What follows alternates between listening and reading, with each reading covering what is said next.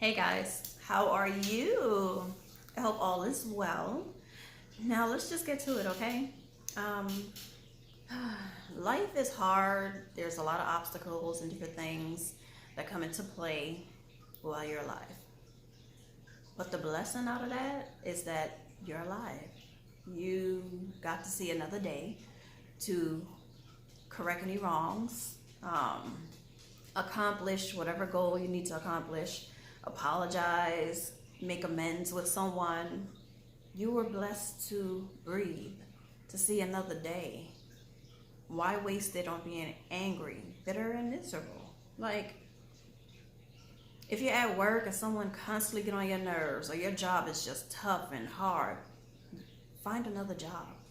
It's not worth staying there stressing, becoming unhealthy by raising your blood pressure, dealing with a bunch of people that raise your pressure. Oh, you might be getting paid a lot of money, but guess what? Is it worth your health? Think about it. You will have people complain about their job every single time. Trust me. I had my moments when I address certain things that happen at work. I really don't like to talk about it, due to the fact it's like I'm reliving the whole thing, and once I'm done, I'm just like, you know what? I am so over it. I don't even want to be bothered, right? I don't want to give it my time. I don't want to give it my energy. So it's like, I don't want to even, I don't want to talk about it. I want to talk about something else. Something good, something amazing to counteract that. Like, we see so much things on the news. This place got shot up, or this person was murdered, raped, kidnapped. So much going on. It's like we rarely hear anything good happen, you know? So sometimes you just gotta eliminate those type of things or people out of your mind and just think positive to say, hey, I have another day of life. Whatever that's going on right now, I could handle the situation maturely and respectfully. I could take a few steps back, take a deep breath, go clear my mind, so when I do try to make the first step to resolve this issue, I would do it not based off emotions or how I feel strongly at the time, but in a mature, respectable, in a way that basically, if it's a certain type of situation, you won't end up in jail. Right? If you have kids, you have family that love you, friends, you want to go about things the right way. So if you're having a hard time, do know everything's going to work itself out. Life has its obstacles. It's not, oh, well, you fell, you down on the floor, that's it, it's a wrap. No, you fall. Guess what? What have you learned?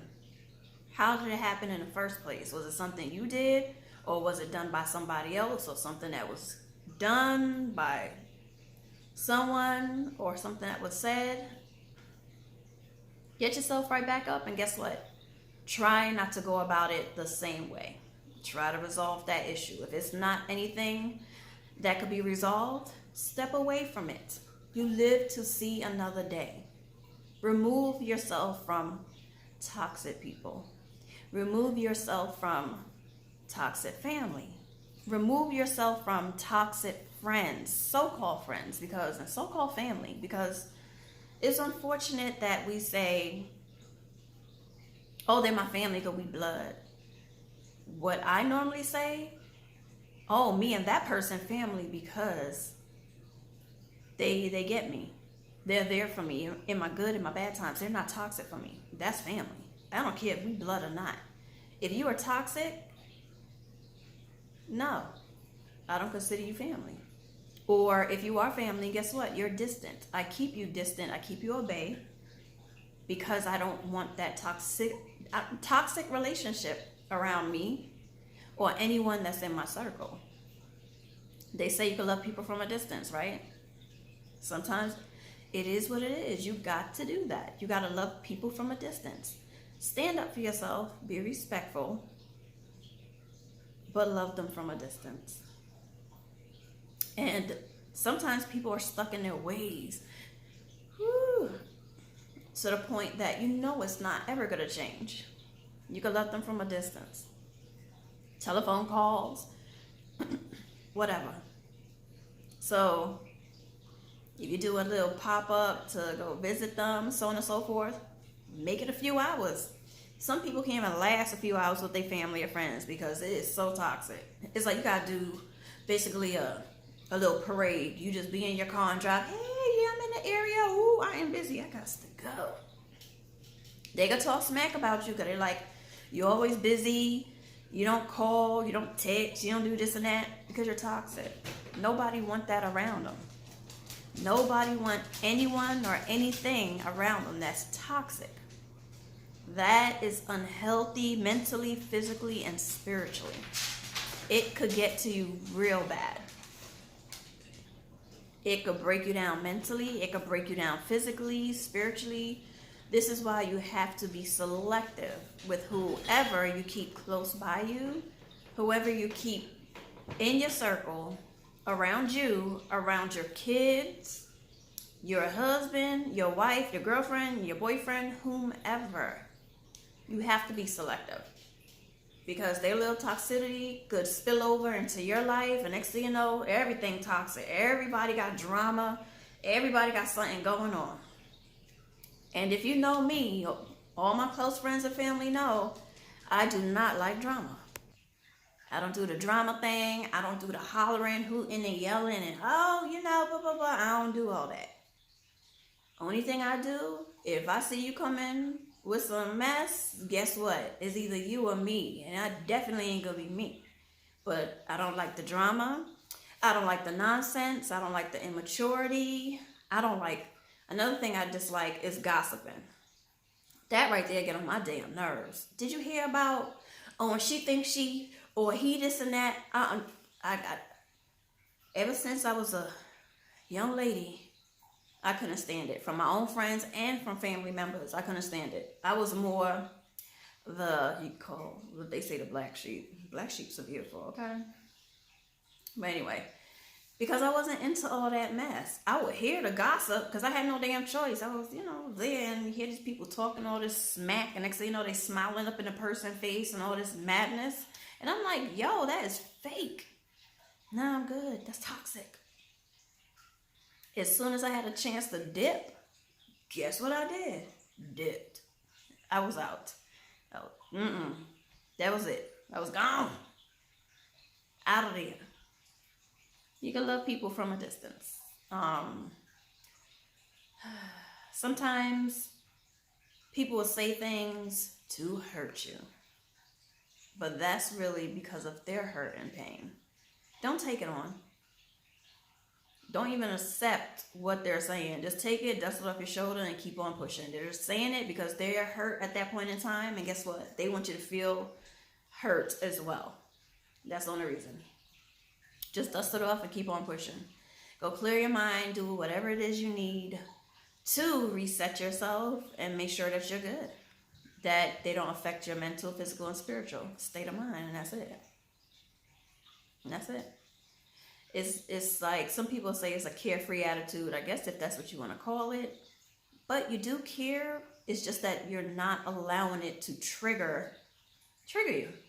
You're not allowing it to get your emotions all crazy. And next thing you know, you're saying things based off emotions, and you're doing things, certain actions based on emotions. Like, they're like, okay, I know exactly what button to press on her. I know exactly what button to press on him. Let me just say this. Or I know she or he is just like that. So if I say it like this, they're going to take it a certain type of way and feel a certain type of way. People manipulate you. They do things, like I said, because they're hurt. They want to see you hurt. Take it with a grain of salt. Keep on going. People will see, oh my God, that don't even bother them. What the hell? It will get them more pissed.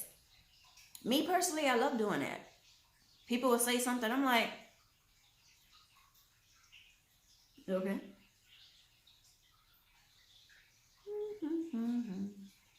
Like, that's supposed to bother me? Like, no. Words do not. For some people, yes, words do hurt. As for me, it doesn't hurt.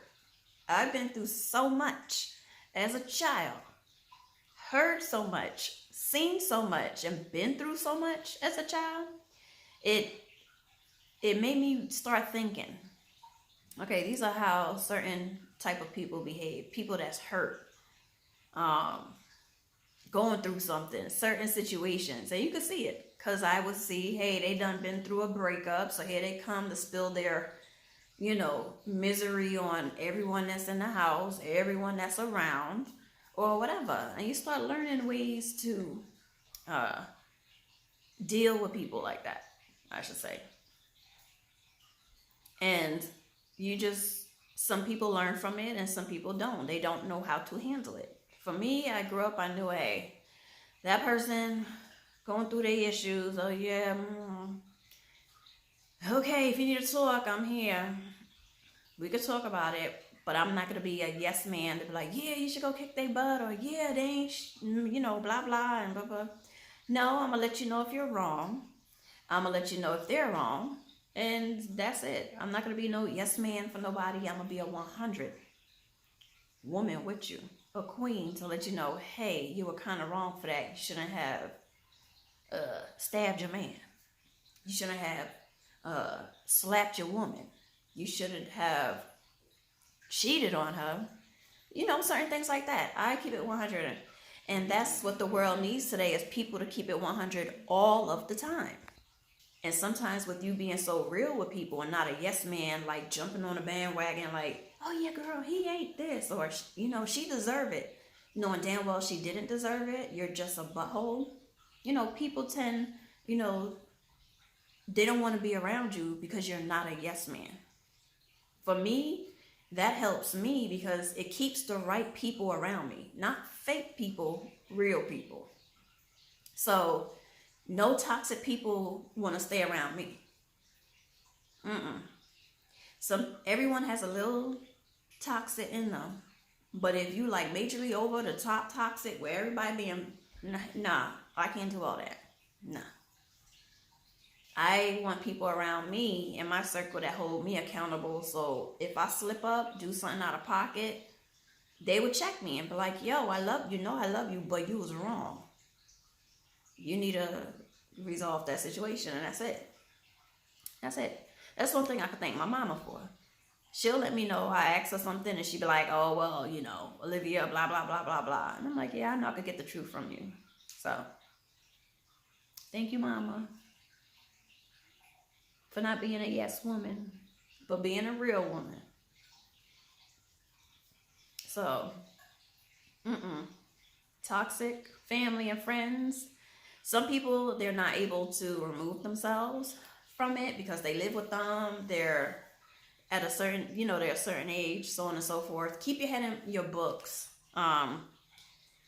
Keep your head in whatever activities they have in school. Try to keep pushing. Try to keep going. I heard horror stories of kids, their own parents, telling them they ain't going to be nothing. They're not going to amount to nothing because the parents didn't accomplish their high school diploma, or they ended up pregnant early and just didn't, complete anything, or so many different stories I have heard. And it's unfortunate because even if you get pregnant early, you still could accomplish. I know people that ended up pregnant early. They graduated high school, graduated college. They got their PhD. There's no excuse. Is it easy to raise a child on your own when the sperm donor ain't there? Hell no, it's not easy. Not at all. Number one, kids don't come with instructions. Every child is different. I'm going to put that out there right now. Every child is different. They don't come with instructions. You got to do it on your own. You got to work to maintain. Even if you have food stamps and welfare, whatever that you're on, Section 8, you still have to show you're trying to do this and that. It's hard for people. It's hard for single mothers, which is understandable. But you don't give up. Break those generational curses. Break those cycles. You had a beautiful child. Guess what? You can make it. Sometimes it's sad, the one or two of the parents die, or the child end up in a foster home, or someplace that's not a good environment, right? That's all that kids see. It's negativity all the time. Trap house. Their cousin or whoever is in a gang. Oh, we do this, we do that. Oh, we sell, do different things. That's all they know. You can't be upset with them. That's all they think that's out there for them. They feel there's nothing in this world for them. That's why it's hard to teach some of those kids. That's why it's hard to turn them around. Because they have some teachers out there that care about them, but if the child is not receptive to it, there's only so much a teacher could do. And then you have your knucklehead teachers out there that really don't give a damn. They just there for the check. And then you have some teachers that did give a damn, but it's majority overrule. Majority of the kids are so jacked up, they don't want to do nothing. Oh, I'm in this gang, I got no time for this, I gotta go sell this bag, whatever. So the teachers give up. It takes a village, a whole entire village to raise kids like that. When a place is toxic for a child, for an adult, a workplace, a home environment, that really could affect you. That could affect them. Like I said, mentally, physically, and spiritually. So when you see them acting out, you see them behaving in certain type of ways, always want to fight, always in some drama, some mess, try to help that child from early so it won't stay embedded in them. Because it's hard sometimes to helping a older adult see, the error of their ways, because they're like, look, this is just how I am all my life. That's the ignorance. You do have some that are willing to break that generational curse, break them cycles, and get things done and start changing. It's hard. For example, if you were raised in a household that majority of the time they cuss, you end up cussing. And it's like, okay, cussing ain't good, so let me try to pull back a bit. So you pull, it's like at first it's hard. You're like, oh my gosh, I keep cutting. You could do little things like, yo, every time I cuss, I gotta put $1 in the jar. So every time you cuss, you be like, there you go. And at the end of the week, put that money in your savings account. That's it. Whoever cussed in the house the most, you don't get that jar. Or you can get separate jars. Oh, this is Olivia jar, this is Arabia's jar, and this is such and such jar, so on and so forth. And every time you put it down, all right, now put it in a savings account. And that's it. But try to break that toxic relationship, toxic cycle.